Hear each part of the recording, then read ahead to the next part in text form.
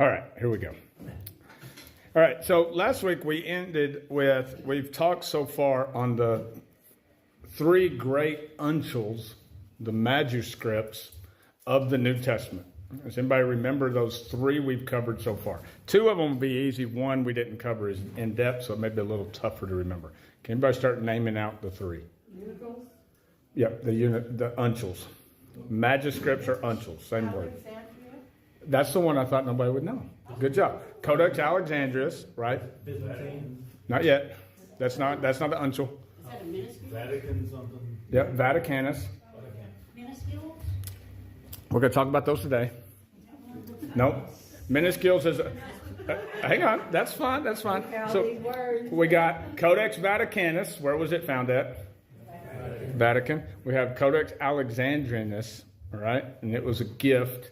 I think of Charles I bearing the name of the coat of arms that he had. And then we have one more. Yes, Sinaiticus, which was found where? Mount Sinai, which is why it has its name. So that's the three great uncials we've looked at so far. Now, uncial scripts are, we know an uncial script how? All caps. All caps. No spacing, no punctuation. That's right. And now, I want to cover two more today, but before we get into those two, has anybody ever heard of the term a palum? Let me make sure I say this right. A palimpsest. How do you spell it, Jeremy? P-A-L, don't Google this. P-A-L-I-M-P-S-E-S-T. A palimpsest. Anybody want to take a stab at what a palimpsest is? Well, that's a stab in the dark, isn't it? Let me show you the reference of a palimpsest. So what we have in a palimpsest is where the vellum, you can imagine that the vellum and things like that was a valuable resource. And it's also a limited resource. So what would you do if you had a vellum and you had something that you wanted to write, but were out of it? You'd either overwrite or write on the flip side. So that's right. So what they would do is scrape off the text and write again. Okay? And so we have an example of that with one of the codexes we want to look at today that's also in the Great Uncials. And it's the Codex Ephraim. All right? Now, here is what it looks like. Look at this. Oh, wow. I can see why it's over. So and here's a different view of it. Wow. Okay? Is that the previous writing? That's right. And so what you have here is a codex that had all of the Old Testament and all of the New Testament that for whatever reason they scraped off and wrote sermons on it, recorded sermons on it. Now the reasoning why I'm not going to get into because who knows, right? They may have had better copies. Maybe this already had missing leaves or something, you know. So not being vellum being a valuable resource, they scraped it. So our guy Tischendorf, this was located in Paris, and our guy Tischendorf, at the age of 25, wanted a go at it to try to find what the original text said. Well, they greeted him with a smile and said, have at it. Okay? And Tischendorf spent a total of, let me get this right, 3 years on the New Testament in this text, looking at this, and an additional 2 in the Old Testament, collating this into a manuscript that's readable. Now, he used chemical agents. Today, we would use UV lights and things like that. We could pull it out. So there's a codex that's also one of the great uncials, and it resembles the Alexandrian manuscript. And if you remember, the Alexandrian manuscript has heavy punctuation. They added the serifs, big capital letters. So it does that. So now we've got 4 of the great uncials that are our New Testament manuscripts. And so even though this one was overwritten, we do know that it's early, 4th century, and it contains and collaborates some of the other early manuscripts that we have, that the wording is authentic. Does that make sense? All right, so now we're going to go to go ahead, Buzz. You got a question? No, well, I mean, did the guy did he have a good job? Right. To just spend all this time. I think this was his job. He would secure funding from people to do this work. And so this is what he did. He traveled the countries and the world to grab manuscripts, put them together, collate them is what it's called. And so what he's doing is he's taking many manuscripts in front of him, collating them into one of what was the original. So when did he start that, and is he still working on it? No, he passed away in the 1800s. But he did start, I think he was born in the late 1700s or 1800s. Oh, okay. So this is a 17th century deal. So, but Tischendorf, he's a biblical scholar, a textual critic that traveled gathering manuscripts to collate them to what was the original. But you can see the arduous task here. Can you imagine this? Wow.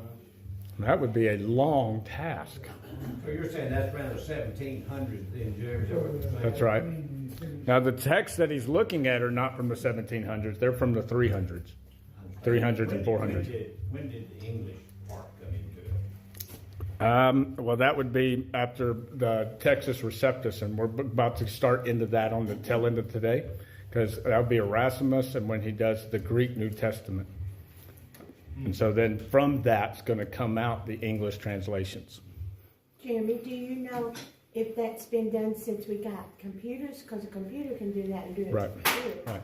Do you know if that's been done since then? Or not? Yes, of course it's been done. So today we do UV lights and stuff. Now, see, today what we have is, instead of having to do what Tischendorf did, which was travel to Paris, find this manuscript, get permission to see the manuscript, get permission to study it, have it, study it, and then travel to Mount Sinai, to that monastery, try to find the text there. Today, because of the Center of New Testament Studies and stuff, they have digitized these manuscripts, and you can go online and see them all. So you can imagine today, textual scholars and textual critics from their desk can see all of these manuscripts and can study them and collate them. So through different filters, you'd be able to see what's been scraped off. Right. You can still see a little bit of Yeah. it there. Mm-hmm. The reason it's an important one is because in the study of textual criticism, the wording here matches and supports the early versions that we have, the early uncials that we have, like the Sinaiticus and the Vaticanus, which gives weight to they are authentic.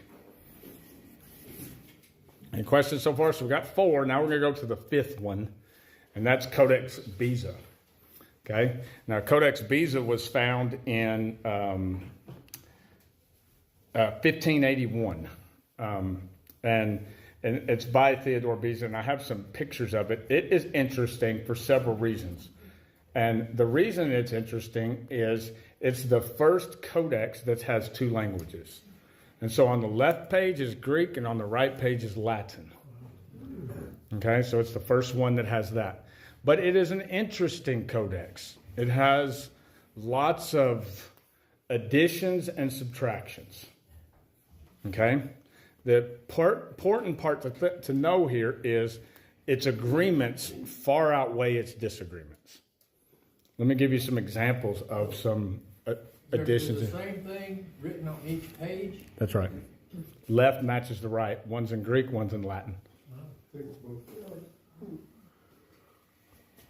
So that's our first version of an interlineary.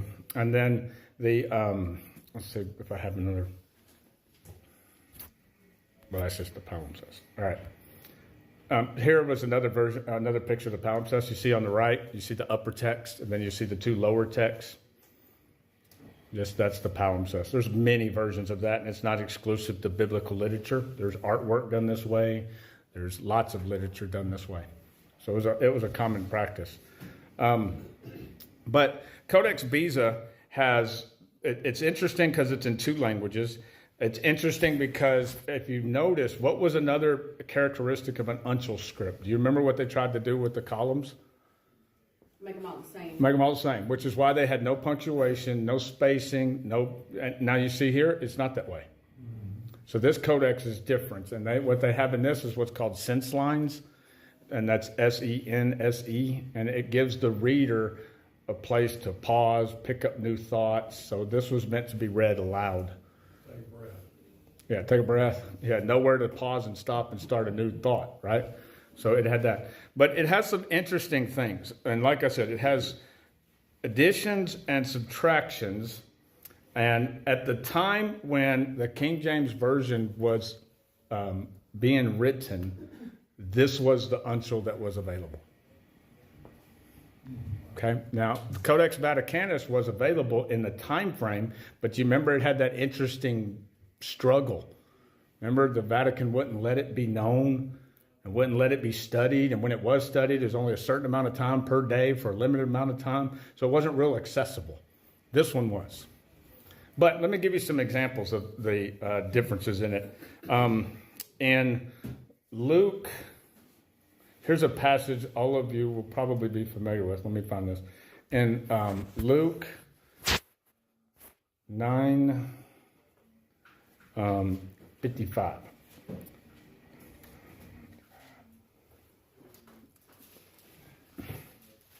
So in Luke 9:55, the Codex Beza, this is just some interesting points, where it says, but he turned and rebuked them. Codex Beza adds, and you do not know what spirit you are.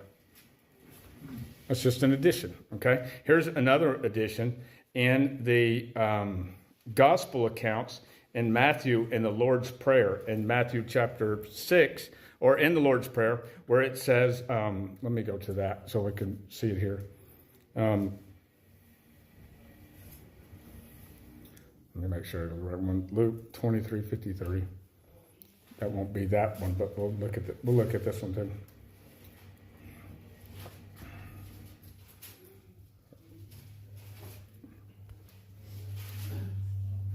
Okay, yeah. All right, right here. Luke, you guys are familiar with this. Luke 11:2, right? Where you at? Luke chapter 11, verse 2. You see the verse 2 there where it says, and he said to them, when you pray, say, Father, hallowed be your name, your kingdom come. Codex Beza reads this way, okay? It adds, and when you pray, do not babble on as others do. Some think they'll be heard for many words when you pray. Which is verbatim what's taken from Matthew chapter 6, when it said, when you pray, don't babble on. So it's in a different spot, but it's not out of characteristic. So we know that somebody took liberty to add and clarify. Does that make sense? So it does depart from the other codexes, but another interesting one, and this is one that is the woman caught in adultery. And you guys know that one where it is said, where Jesus said, he who's without sin cast the first stone. Well, in Codex Beza, that's found in a whole different place. It's not there. Hold on just a minute. You said Luke 11:22? 11:2. Right. Now, I just bring all of that up to bring up to the point that this is a great uncial. It has far more agreements than disagreements. The disagreements aren't like wildly out there. We can see where they came from, right? And it's important to understand that they have a lot of agreements and they add to the weight of the New Testament manuscripts. Does that make any sense? Does it also make sense why Erasmus wouldn't use this codex? Because of its additions and subtractions, right? And this being the only uncial. I can see that. It makes sense to me, right? So we have other uncials. So we've listed 5. We have 280 more to go.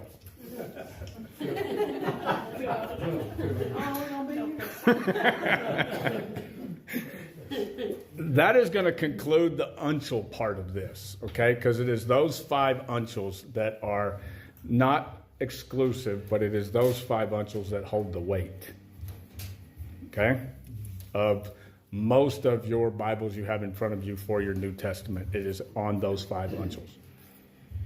Not alone, but hold a lot of weight.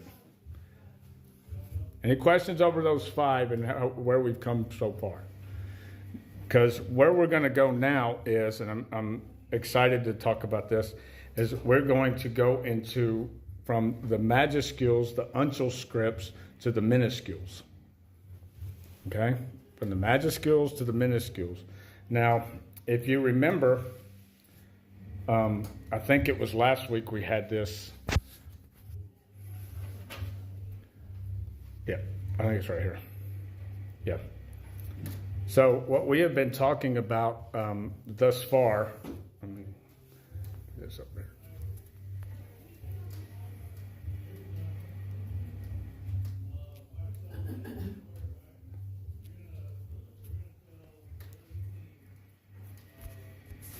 All right. So what we've been talking so far is this right here. Okay? Those are those great uncials. And they're very early. 300s, 400s. Okay? Very early manuscripts. So very, very old. Very early. Very close to the time. This is the all caps uncials that we've been looking at. The Vaticanus, the Sinaiticus, the Alexandrinus, Codex Ephraim, and Codex Beza. Okay? Most of the New Testaments we have in the room today come from the majority of the weight here. Okay? And then it's included, like, all of the letters, Paul's letters. That's right. Now, when I say not that, just the Gospels. and Old Testament. They had Old Testament, New Testament. Right. Some of them had all. Some of them had only all the New Testament and missing parts of the Old Testament. Some of them had missing parts of the New Testament and most of the Old Testament. So we put them all to, that's what the collation involves, is bringing them together. Important to know is it's not just these 5 uncials that make up your New Testament. It's more of a whole bunch of stuff. It is all things considered. But when a question arises, when you have text like, does it add, do not babble on like others do in the Lord's Prayer? Where do we go back to for a standard? So the New Testament you have in front of you today, for the most part in this room, would have gone back. They'll go back to the Sinaiticus, the Vaticanus, and say, does it have it there? Okay? And that's why the Lord's Prayer in your Bible does not have that. Is that clear? So they're using these as the exemplar texts to go back to say, is it there? Okay? Now what we're going to do is we're going to turn from majuscules, which is the same word as for uncials, and we're going to look at minuscules. Okay? Now minuscules are these texts in red. What's the first thing you notice of them? There's a lot, which is why they are the majority text. They hold 95, 98% of all the manuscripts are here in this category. What else do you notice? They ramp up and ramp down. They ramp up, ramp down. What else do you notice here? I'll divide the screen. Most recent. Right, they're late. They're later. Okay? So it's around the 11th, 12th, 13th century. So we're talking in the year 1000, 1100s, 1200s, 1300s. They explode onto the screen. Okay? Now, there is proof that what they're writing is definitely, you see way back here? There's not much, but there's evidence of what they're copying from way back. It's just not a lot of manuscripts to date on there. So late versus early, major versus minor. Okay? So we're going to turn now to these minuscules. Here is, because we're going to get into this more in next week, but here is probably where this comes in the most is with Erasmus, who is going to make a critical version. The word critical version, when you hear that, what does that mean? Does anybody know what it means to have a critical text? What do you think that means? If I say I have a critical text. Accurate representation? Yeah, that's close. What it means is it's a scholarly done work. Okay? Very important. We would say it holds a lot of weight because it's been poured over with, biblical scholars and textual critics. So Erasmus makes a critical version of the Greek New Testament. Okay? And the version will go through several editions before it comes the Textus Receptus, which is called the received text. Okay? Which the King James Bible is made from, the received text. Okay? So let me help to make this clear, or clearer, because I see some of your faces going, huh? And let me say this: if we move too fast, let's just slow down. Let's slow down, okay? Because I want you to be able to sit around a table. I want me to be able to sit around a table and talk intelligently about scriptures, okay? Where they came from. So if we're moving too fast, let's slow down. Think of it as a funnel, okay? And the funnel involves all of these manuscripts. In the terms of the majuscules, the uncials, we have early and we have good copies, but we have several. And the job of the textual critic, the job of the biblical scholars of those, is to take those languages, which none of us probably can understand well, Latin, Hebrew, Aramaic, Greek, to take all of those, collate them down, and then put it in language we can read. Okay?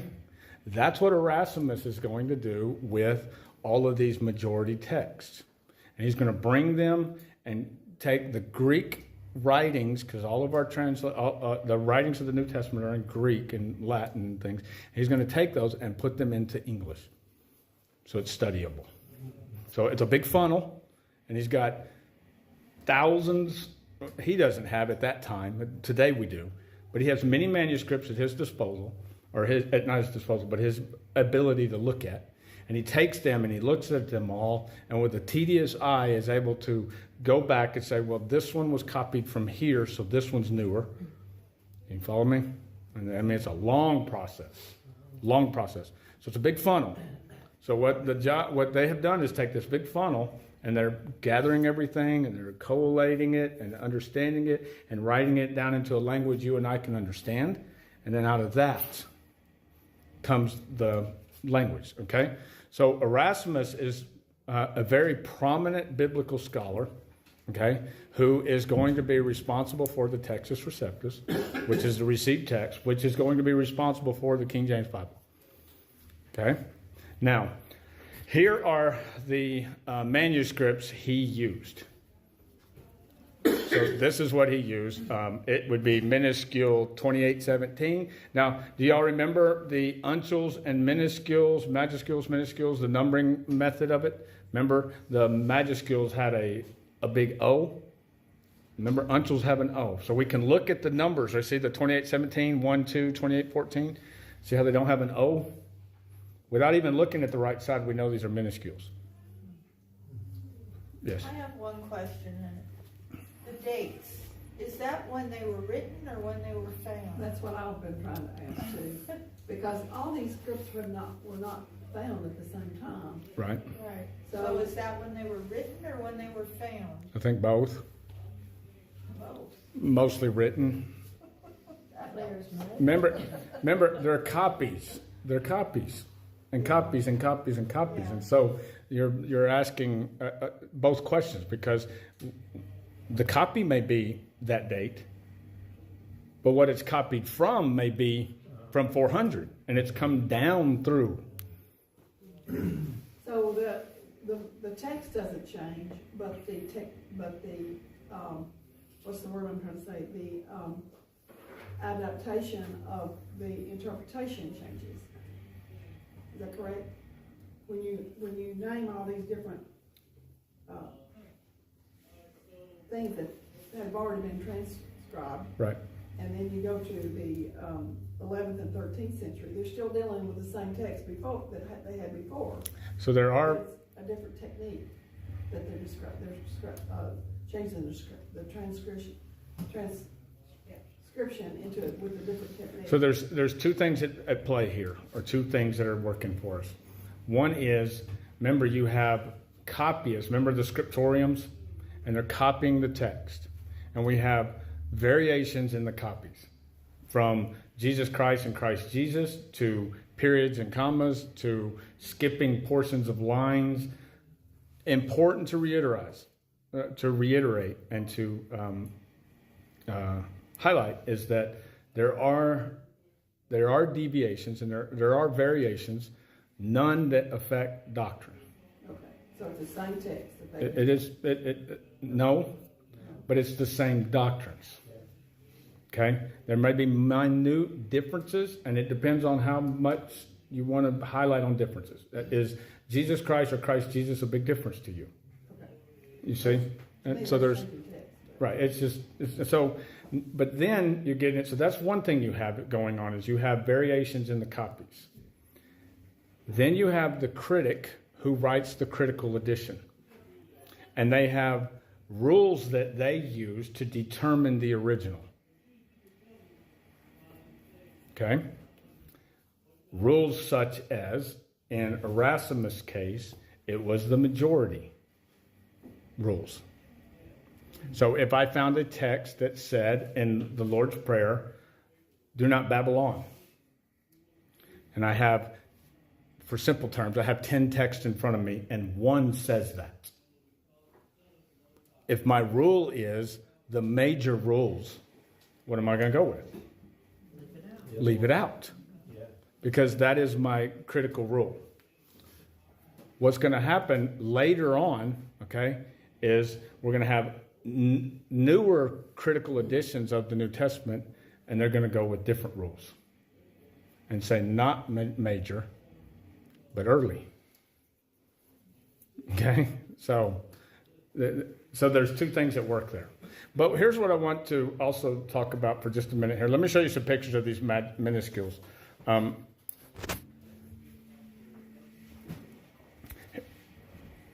showed you that one. So here's minuscule 1 that Erasmus used. You'll notice a big difference between it and uncials. Okay? See the cursive writing? Big difference, right? Big difference. I'm not saying big difference in terms of the content, but style. There's a difference. So you can see it's in cursive. It's pretty. What date was Erasmus doing? 1500s, Yeah. early 1500s. Now, and so here's where those minuscules are found right now. They're in Switzerland. Here's what I want to also mention. Because when you look at all this, and your brain may be hurting by it all by right now, because we have these, we have the uncial scripts, which we've spent a few weeks looking at. Now we have these minuscules that Erasmus is going to use, and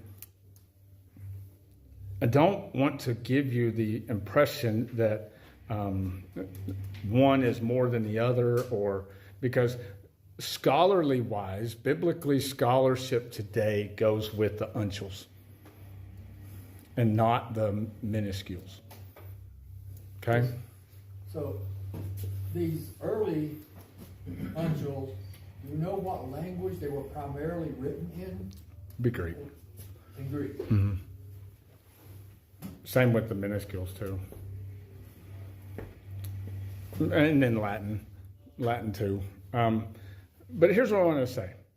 Because our brains can start to hurt on this. And what I was talking about last week was, there are people that divide over this. Meaning, it is uncial scripts, and we reject the minuscule scripts as authoritative. Or you could be the flip of that. We take the majority text and we not discard, but we don't put weight in the minority text. Okay? And here's what I want to say to that is today we have, for the most part, biblical scholars hold to the minority text and those great uncials. So across the room here, most of your translations will be using those as their authority basis. Okay? King James, New King James, minuscules. Erasmus. What I don't want to give you the impression of is that God hasn't used that, or that somehow it's inferior, because Erasmus does the Textus Receptus You know who uses that to write the German Bible? Martin Luther. That's the entire Protestant Reformation, right? That God is mightily involved in. So we can see God at work on both ends of it.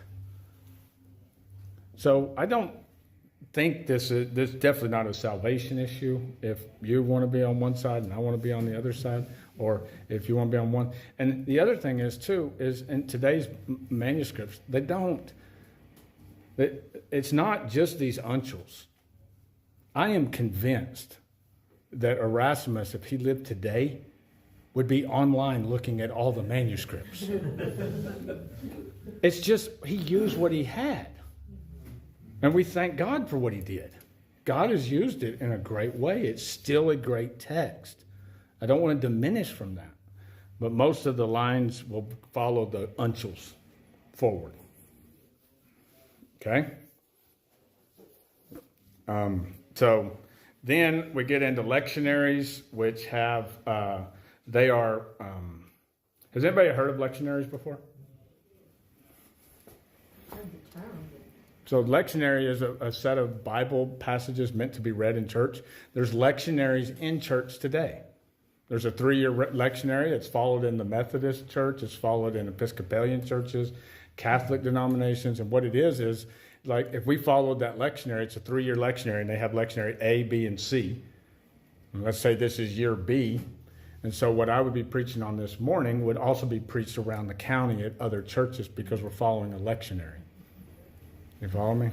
So we have lots of lectionaries, lots of minuscules, lots of majuscules. And as I was dwelling on this over the weekend, because, I think as a people group, as humans, we like to say black and white, right is wrong, which one's right, which one's wrong, give me one, right? And that's just not that simple here. I don't have anything to back this up on, but I do believe that, Jesus said, and he quotes from Deuteronomy, on the testimony of 2 or 3 witnesses. And I think God's given just a plethora of witnesses because he's used both. He's used both. And what I don't want to do is major on the minors, and try to say, well, this text is superior over this text. We can, for all different reasons around the room, you may be on this side and I may be on this side of why we think which way or the other. But the other thing I don't want to mention to you is I heard, and I was talking with this on Wednesday night a little bit, most of us go to, the Bible store, and we open up a Bible and we go, wow, I like the way that reads. It sounds good. It reads good. I can read it. I'll get that one. We're good with it. Then we find out, oh, that's off the majority text, or that's from minuscule text, or that's from then I'm a Byzantine guy, because I like that Bible. You see what I mean? The logic's backwards. So what you have to do is you have to, you don't have to do this, but what I believe what we do is you look at this and you say, for you, which one's authoritative? Is it majority or is it older? Jeremy, I'm thinking that from my perspective, I can see where the older text kind of fold into the newer text. Right. So I would go with both. Right, and that's what I was mentioning. Like the new translations, they don't just use those uncial scripts. It's an eclectic mix of everything. That's why your Bibles that you have today, like we showed you at the end of Mark 16, they have the brackets, and it says earliest manuscripts don't have it. That's everything. They're putting it all together and letting you know it's out there. So there's not one that. Just excludes and says no. So it is an eclectic compilation of all of it today. It's a compiling of all of it.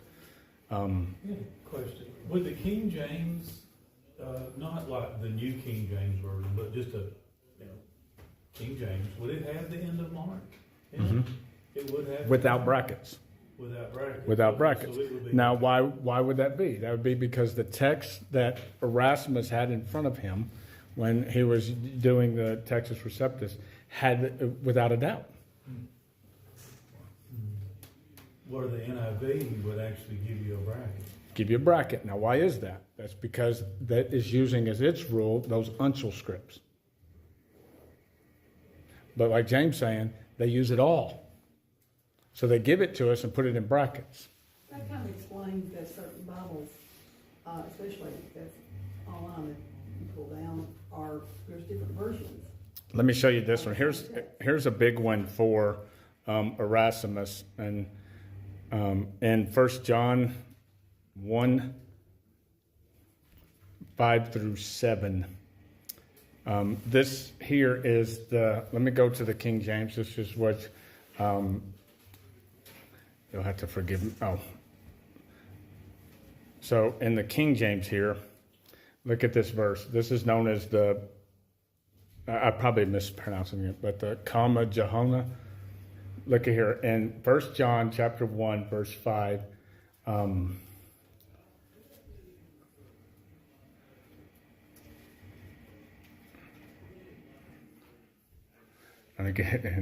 me get back here where I was at. Hang on. Bear with me.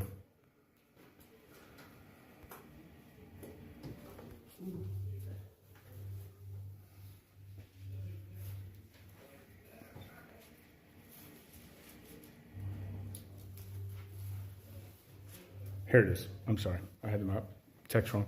See verse 7 here? Let me go back to the King James. Actually, here's what I'll do.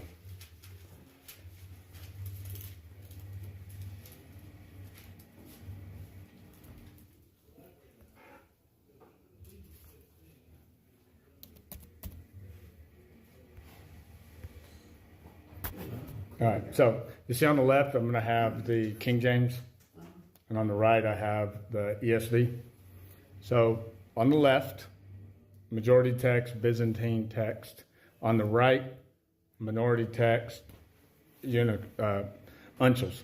Now look at I got some notes on there from me, but you see verse 7, it says, "For there are three that bear record in heaven, the Father, the Word, and the Holy Ghost." See that?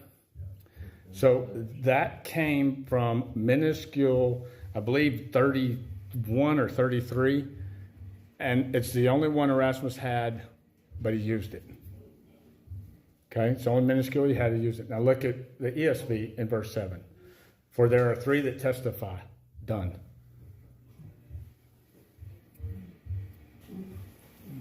The reason I bring this up is,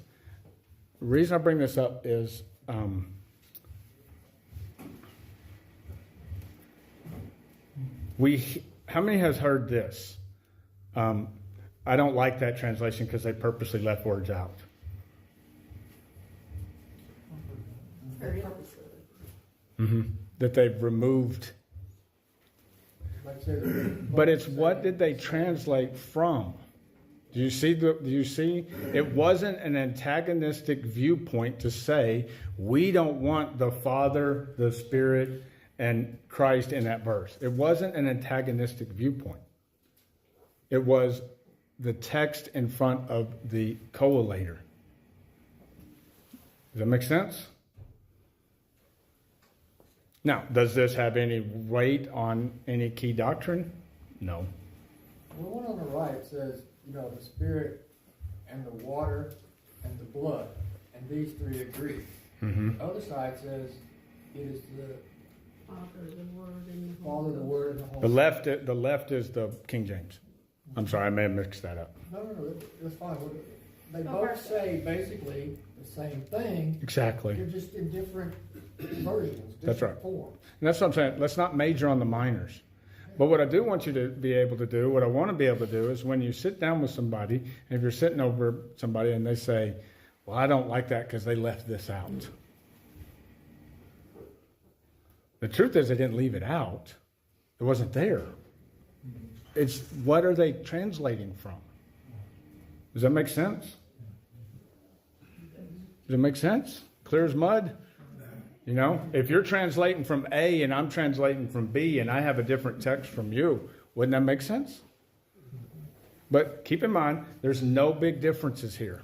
There's no differences. So now that we've got this under wraps, okay, now we got this under wraps, finally we're going to get into, because I wanted to lay down some of this work here, because now we're going to get to, take me a moment to find the lesson. Here's where I want to get to is,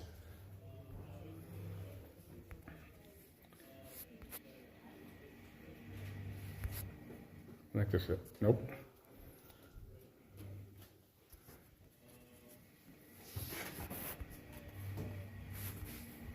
Right here. Found this flow chart, and I think it's interesting. So you can see on the left, we are right here. See the Codex Vaticanus Sinaiticus, okay? And then we're going to see how it's going to be translated into Latin. You're going to have the Jerome's Latin Vulgate.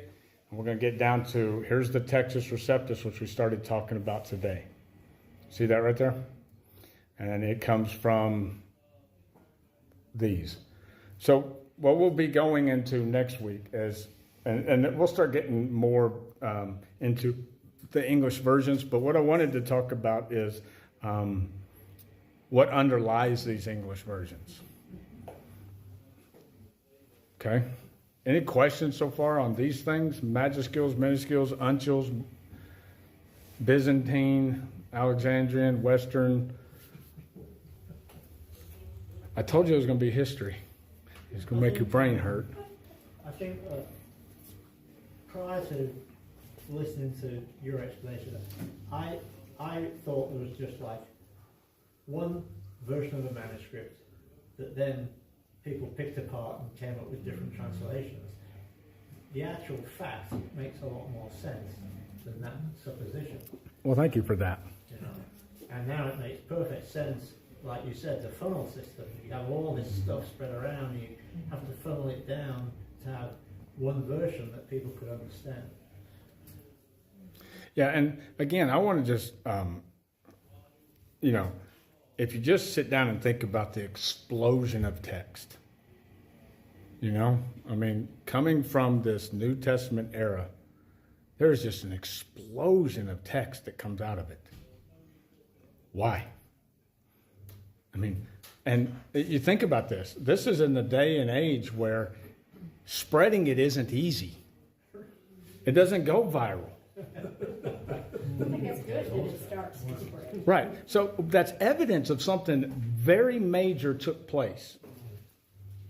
Because it doesn't go on TikTok and go viral. It literally takes somebody whose life has been so impacted and changed by it that they are invested in to go to their next door town and say, let me tell you what happened. And it impacts that person to such a great deal that they go and do it. Do you see? There's just the impractical. There has been no other manuscript, no other literature, nothing given that comes close to exploding like this. So can this all be found on one website? No. I tried.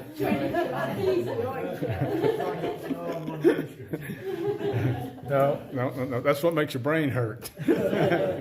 And what also can make your brain hurt with it all is because there's just, there are people who are open to both, and there are people who are closed to one. So depending on which one you look at, you're either going to get a slant towards this or a slant toward that, or openness to all, or shut to all. So you have to look at them all with an idea of where they're coming from. I can respect the decision of someone to lean one way. Sure. But to not dog the other one. Right. But to be open to all of it. So Because I do know people that are like totally. I do too. Yeah, absolutely. to pursue this even farther on our own, is there an avenue that we could use to find all these? What specifically do you want to pursue? Well, I can help answer that. The whole thing. The text and stuff. It's not on one website. In alphabetical order. Yeah. So how did, and maybe James is thinking what I'm thinking, how did you come up with all this information to put it together in this Sure. form? So I'm working through a book with y'all together on, and I'm working through about 4 books, okay, on how we got the Bible, Bible scholarship, textual criticism. So all 4 together combined, and then trying to put it in a method that flows. Okay, could we get a copy of those? books? Absolutely we can. Of course. Has there been any other text that you know of that has come through and kept the information like the Bible has? Do you understand what I'm saying? Okay, so at the very end of this, we will talk about that. I think what you're asking is, are there any other religious texts out there that have had an explosion and a following? And the answer is that is, what do y'all think? Mormon? I would say there are texts, okay, that, you know, are widely known, but there's huge differences. Huge differences. Like the Quran? The Quran's one. Yeah, The, that's what I mean. you know, Like the, Book of Mormon's one. And the differences are going to be in how they were put together. And that's where God comes in. Well, that's where God comes in a big way. It's scary because this is what our kids are getting in college. This is why they're turning on us. Mhm. I can see exactly what's happening by going through this. So the thing to keep in mind here is that what God has done with this biblical text is an overwhelming testimony of it. It's called the embarrassment of riches, I think. Is that right, Brent? The embarrassment of riches, meaning we have a huge amount of it. Second, you have to explain the supernatural of it, meaning how many authors picking it up, continuing the story, shows a divine authorship. You have prophecy fulfilled, shows a divine authorship. But I do want you to know the multiple authorship. We have Matthew, Mark, Luke, John, Paul, Peter, okay? These other texts you're talking about have one. One. That is an important distinction. But we send our kids off to college and encourage them to take Bible classes because we think it's going to make them better. And Sometimes it doesn't. it's Right? confusing. Depends on the teachings. Are you writing the book? Am I writing the book? No. Nowhere I near. just want to say that we really appreciate you We and all the do, work we that you do. put into this. We And, do. and for me personally, you've really sparked an interest. Yeah. That's why I asked about. It is very doing it on interesting. my own. Yeah, it's very interesting. You should And write the book. now let me say that when we get to the end of this, I'm going to do something I've never done before. Okay? And 2, I want to show my favorite movie, and that's the movie Luther. Okay? Because I just love the movie. Okay? And I do want to show that movie, so we're going to have a movie night with some popcorn. But we're going to take an Uber. All right? I looked on this because I want to go to the Museum of the Bible in Washington, D.C. Okay? Brent's been there. Yeah, she has. Wow. And you're going to see some of these, not some of these, but you'll see like the Texas Receptus, copies of that. And what I wanted to do is walk through that and be able to see these manuscripts. And because I cheated and looked online at some of the manuscripts they have there, and I'm sure they're going to have things. So me not knowing how to do that, I looked, and did you know you can get Uber a bus? You can. You can Uber a bus to take us up there. So I've never done that before, but I would like to have an outing where we go to the Museum of the Bible and look at some of these religious texts. I think it would be a fun one to do. And, you know, just to hang out together. Right. On the tail of this, to go up there and to be able to sit in front of it and you to walk up to it and go, oh, that's an unchal. I'm seeing an unchal, you know, and or that's a minuscule, and know what you're talking, you know. But the important thing to keep in mind is I believe God has given a multiple witness to his word through the Byzantine text and the majority line and the unchals.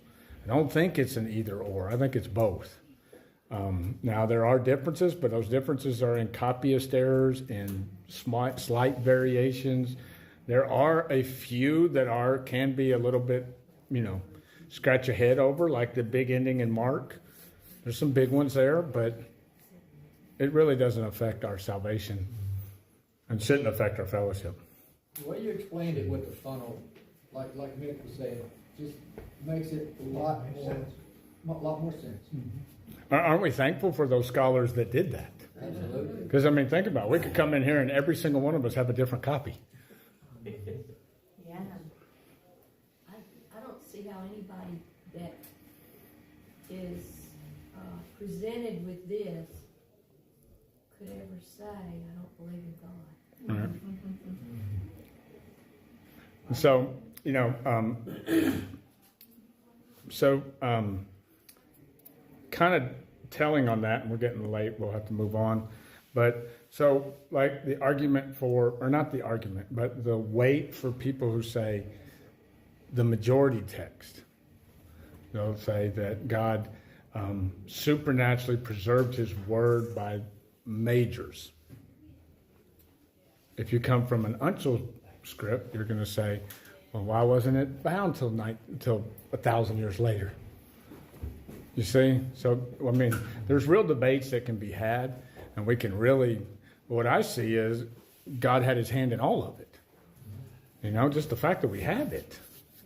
And he has got a plethora of witnesses to it. But hey, if you want to have I can get you a list of books to read, websites to look at, to help further this, because it is interesting. It's very interesting. I find it very interesting. So, but I'm a history kind of person, you know, and I know not everybody is. So I don't take offense if you're like, hey, it's not me. But I will say, like what Hilda is saying, I think for me, you know, my grandparents grew up with faith. My parents had faith. And so for me, it was the Bible is God's word. It was unquestioned. I didn't need to know more. That is not true today. That is not true today. And what I mean by that is the youth Robert's working with, they challenged that statement. Show me why. Show me why it stands apart from other texts. So I think it's important that as parents and grandparents, we can speak intelligently about the scriptures. And this stuff is what professors in college are using to do, like Michael said last week, and say, you know, you tell a story at one end of the line with children and get to the other end, it's totally different story. Mm-hmm. So this is the stuff they're using to turn our kids against this. Yeah, right. But the Bible doesn't have a total different story. It's from one end of the line to the other end of the line. It may have slight variations. You may add it a period, but it's not a different story. But you just got this saying that we could all come in here with different Bibles if they didn't do this, if they didn't bring this together. We could all come in here with a different copy. And that copy, yours might say Jesus Christ, mine might say Christ Jesus. But people interpret that differently. Some do. Yeah. It's the same thing, they just word it different. That's the way I'm getting. Yeah, and you're correct. All right, I don't mean to make everybody's brains hurt. Yeah, it's... Thank you. You smell smoke here.